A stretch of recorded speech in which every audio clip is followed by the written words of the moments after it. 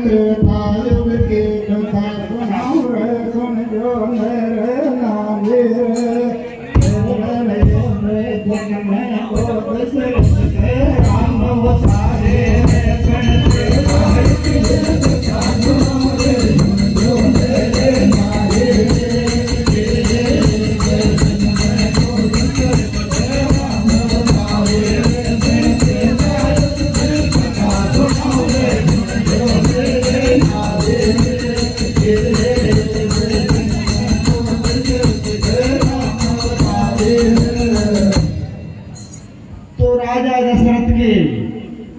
अवधपुरी में भगवान का जन्म किस प्रकार होता है?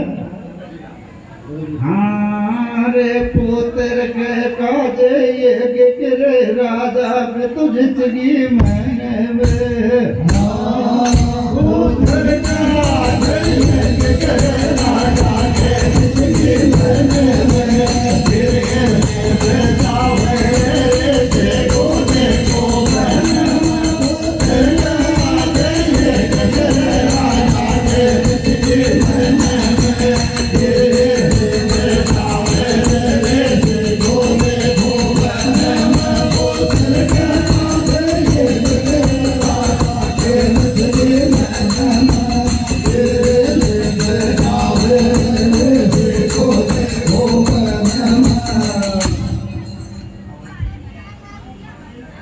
तो जब राजा दशरथ पुत्र के लिए अवधपुरी में यज्ञ करवाता है तो गरुवशिष्ठ जी राजा दशरथ से कहता है कि हे राजन, आपने पुत्र के लिए यज्ञ तो करवा दिया, लेकिन जब तक आपके यज्ञ में सींगे ऋषि नहीं आएगा, जब तक आपका यज्ञ संपूर्ण नहीं होगा। तो राजा दशरथ अवधपुरी से जाता है, लेकिन रास्ता में सोच में पड़ जाता है कि सींगे ऋषि तो जंगल में रहता है और उसको मैं अवधपुरी में किस प्रकार लेकर आऊं। तो राजा दशरथ को बालपना को भाई लोचो को राजा इंद्र, तो राजा इंद्र के पास राजा दशरथ जाता है। अरे और राजा इंद्र से जाकर क्या बतलाता है कि अरे भाईला आज तो सो काम पड़िए।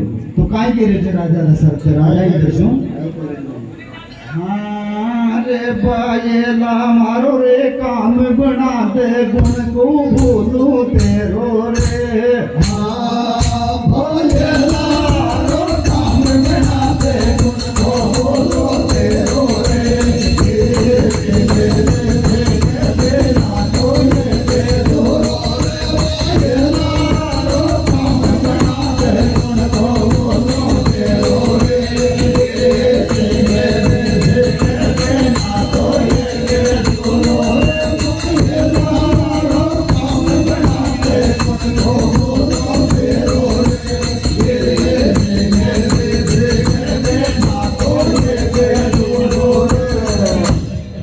राजा दशरथ राजा इंद्र से कहता है, भाई ला मारो काम बनाते, गुण को भूलू तेरो रे। सींगे ऋषि के बिना तो यज्ञ अधूरो है।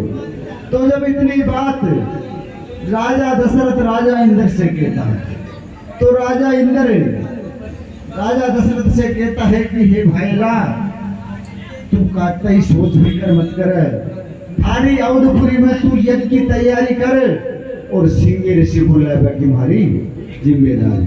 अरे अरे तो राजा इंद्र एक अप्सरा को वन में भेजता है और कहता है कि तेरे संग में अन्न का आटा भी ले जा, जब तक सींगे ऋषि का पेट में अन्न का न जाएगा, जब तक वो तेरे संग जंगल से अवधपुरी में नहीं आएगा।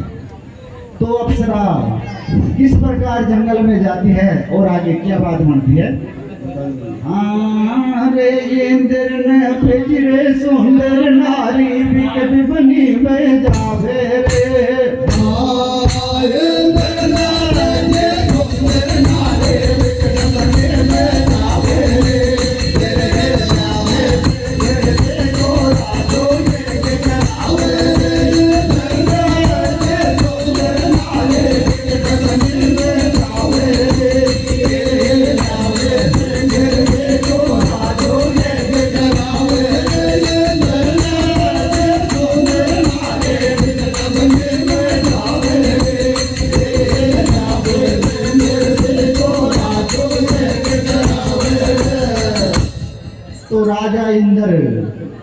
उस अप्सरा को वन में भेजता है, लेकिन सिंह ऋषि अप्सरा के मोहने के अंदर नहीं आता है। अरे जब वो अप्सरा पेड़ के जो आटा सम लेकर गई थी उसको लगाती है, इधर सिंह ऋषि को भूख सताती है। अरे अरे जब वो पेट को चाटने लगता है तो उसके पेट के अंदर अन्न चल जाता है।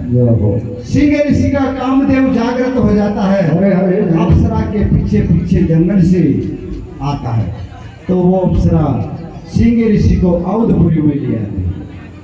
तो राजा दशरथ सिंह ऋषि को देखकर बड़ा राजी होता है। और आगे क्या बात बनती है? हाँ रे दशरथ राजो रे राजी हो जो सिंह ऋषि का आवाज हो। हाँ रे दशरथ राजो राजी हो जो सिंह ऋषि का आवाज हो।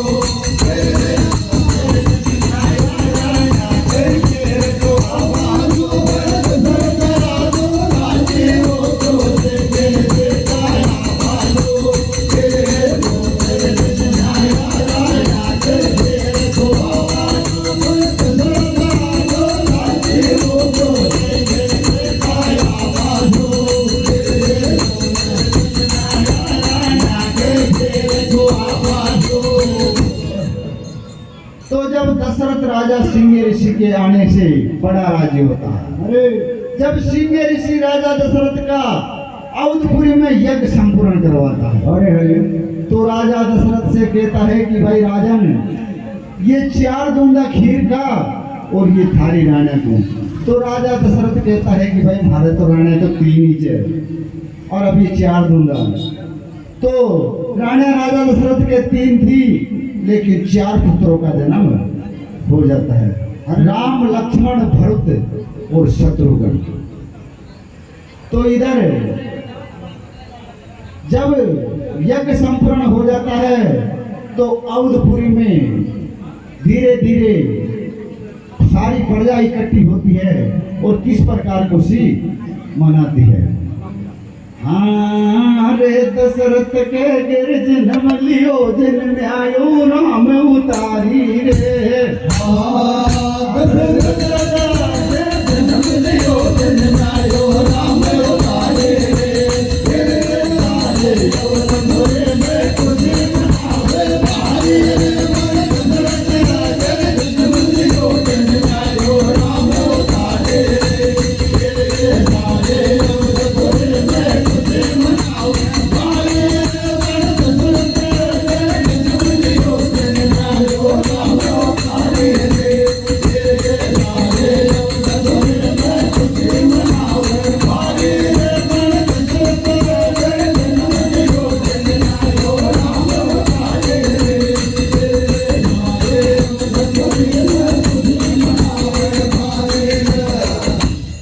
अवधपुरी की प्रजा भगवान का जन्म की बड़ी खुशी मनाते हैं। इधर सभी देवतागण भगवान का दर्शन करने के लिए अवधपुरी में आते हैं। अरे अरे तो भगवान भी अंबर से पुष्प की वर्षा किस प्रकार करते हैं?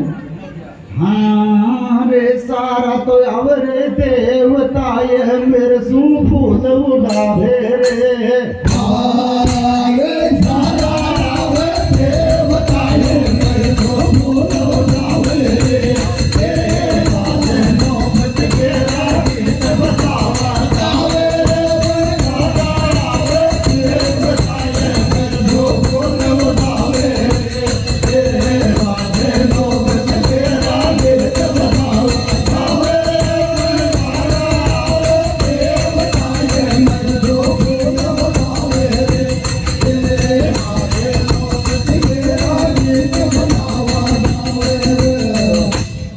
सभी देवता भगवान का दर्शन करने के लिए अवधपुरी में आते हैं। लेकिन एक देवता वो कौन था जो भगवान का दर्शन करने के लिए अवधपुरी में आना चाहता था, लेकिन उसका आना ही नहीं हुआ। तो आगे क्या बात बनती है?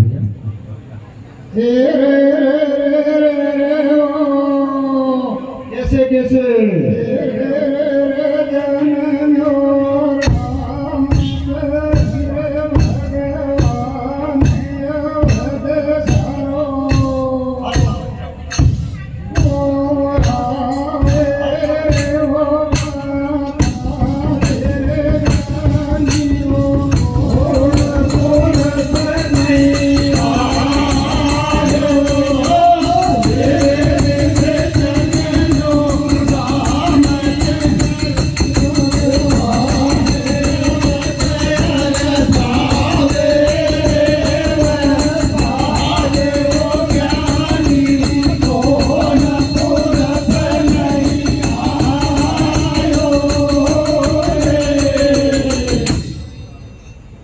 जन्म्यो रामचंद्र भगवान अवध हर्षावे, बता दे वो ज्ञानी कौन पुरुष नहीं आए। भगवान का दर्शन करने के लिए सभी देवता गण आए, लेकिन वो देवता कौन था जो भगवान का दर्शन करने के लिए अवधपुरी में नहीं आ सका। तो प्यारे श्रोतागणों, हम आपको बताते हैं, जब भगवान का दर्शन करने के लिए सूर्य नारायण का रथ 1 महीने तक रुक गया, अरे चंद्रमा नहीं उग सका, तो भगवान का दर्शन करने की लालसा चंद्रमा के थी, लेकिन चंद्रमा का अवधपुरी में आना नहीं हुआ। जब 1 महीने के बाद सूर्य देव अस्त होता है, चंद्रमा उठता है, तो भगवान चंद्रमा से कहता है कि हे चंद्रदेव, तेरे मन में मेरा दर्शन करने की इच्छा रह गई, लेकिन जा दुआ पर मैं थाराई कुलमार अवतार देवो चंद्रवनस में और मरबा हमारा दर्शन कर। तो आगे क्या बात बढ़ती है भैया, भगवान का जन्म हो जाता है, अवधपुरी में बड़ी खुशी होती है। इधर राजा दशरथ अपना बेटा को गुरुकुल में शिक्षा ग्रहण के लिए भेज देते। धीरे धीरे राम लक्ष्मण भरत शत्रुघ्न बड़ा हो जाता है। इधर राजा दशरथ चारों बेटाओं को खाना बैठाने केवल तेरे बेटा वो बूढ़ापा में तो थे होया, और अब हमारी आगे बूढ़ापो और था को चोखो लागे जैसे को अवधपुरी को राजो बना दिया। तो भगवान राम की चर्चा, भगवान राम का राज तिलक की चर्चा सारी अवधपुरी में हो गई। तो इधर इस बात की खबर राजा दशरथ के महल में कैकेयी रानी की एक दासी रहती थी, जिसका नाम था दासी मंथरा। तो दासी मंथरा को इस बात की खबर लगती है, तो दासी मंथरा कैकेयी के पास महल में जाती है और कैकेयी को जाकर भड़का देती है। अरे कैकेयी रानी, पढ़ो तो थारो भरत, और मैं आज अवधपुरी में चर्चा सुन रही, थारा भरत के तो अवधपुरी को राज तिलक न होवे और राम के अवधपुरी को राज तिलक हो। तो इधर कैकेयी रानी को दासी मंथरा भड़का देती है। तो इधर भगवान राम का राज तिलक की तैयारी अवधपुरी में होती है, तो कैकेयी रानी वहां नहीं आती है। तो इस बात की खबर जब राजा दशरथ को कैकेयी रानी सभा में नहीं दिखती है, तो राजा दशरथ कैकेयी के पास जाता है महल में, और कैकेयी से जाकर क्या बतलाता है, क्या कहता है,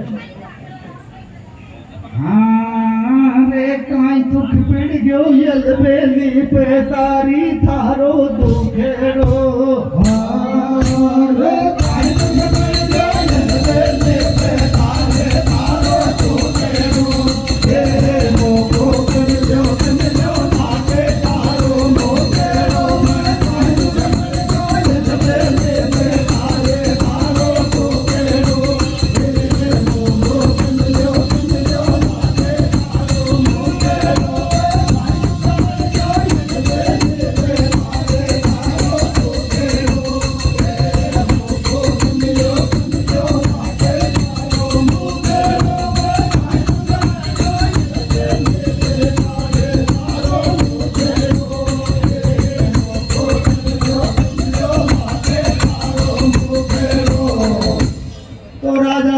कैकेयी के पास महल में जाता है, इस प्रकार कहता है, अरे काई दुख पड़ गयो अलबेली बतारी थारो दुखड़ो, मोको कमले कमले लागे थारो मोखड़ो। तो कैकेयी रानी राजा दशरथ से कहती है कि हे पति देव, पढ़ो तुम्हारो भय कर को आज भगवान को अवधपुरी का राज तिलक कर रहे हो, तो यह शोभा वाली बात होनी। तो जब तो पे भीड़ पड़ी थी और जब तन मोको वचन दियो चो, वो वचन को आज तुम बोल गए, तो कैकेयी रानी काई पुरानी याद राजा दशरथ को दिला रही थे ना, रे दिया रे बचन को याद करो से बेज रहेंगे डोलारे, रे दिया बचन को याद करो से बेज रहेंगे डोलारे,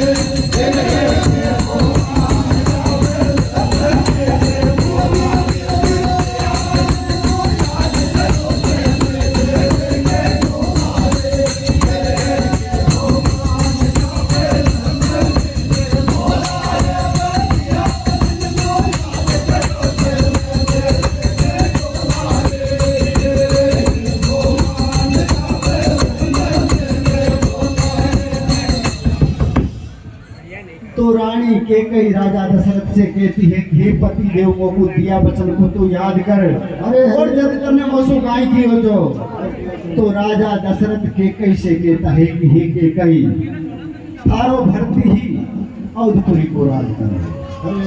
जब भगवान राम को इस बात की खबर लगती है कि कई रानी के मेरे राज तिलक का दुख हो, तो खुद भगवान केकई रानी के पास जाता है, केकई माता के पास जाता है, कहता है कि हे केकई माता तेरा भक्त ही राज करेगा, मैं अवधपुरी का राज नहीं करूंगा। तो भगवान राम केकई को चरणों में नमन करता है और अवधपुरी की धरती माता को नमन करता है और अवधपुरी को छोड़कर जंगल के लिए प्रस्थान करता है। अरे अरे तो भगवान राम के संग लक्ष्मण भी हट कर लेता है कि हे भाई मेरे बिना आपकी जंगल में कौन सेवा करेगा। अरे इधर सीता माता भी हट कर लेती है कि हे पति देव मैं भी आपके संग वनवास के लिए चलूंगा। तो भगवान के संग लक्ष्मण और सीता अवधपुरी को छोड़कर किस प्रकार जंगल के लिए जाते हैं और आगे क्या बात बनती है। हरे पन में चल दिया राम जी लेके नहीं सीता नारी रे, हरे पन में चल दिया राम जी लेके नहीं सीता नारी रे, बनाई जंगल में भागे प्यारे, पन में चल दिया राम जी लेके नहीं सीता नारी रे, कुतिया जाल बनाई जंगल में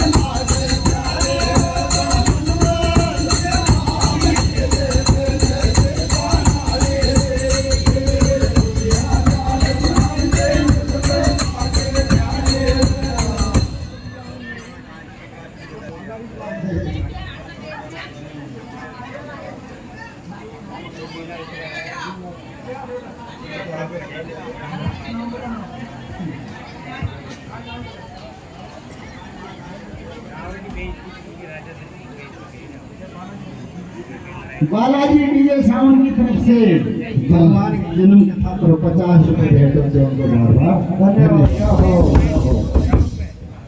हेलो हेलो। तो जब भगवान राम लक्ष्मण जंगल के लिए जाते हैं और पंचकुटी पे जाकर एक घास फूस की कुटियां बना लेते हैं। इधर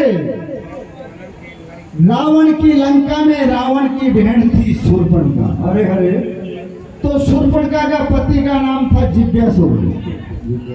जिव्यासुर काल के एक राजा का सेनापति था। अरे अरे रावण के और काल के एक राजा के युद्ध चलता है तो रावण काल के एक राजा की सेना में अपने जीजाजी को देखते हैं तो रावण अपने जीजाजी को खत्म कर देता है।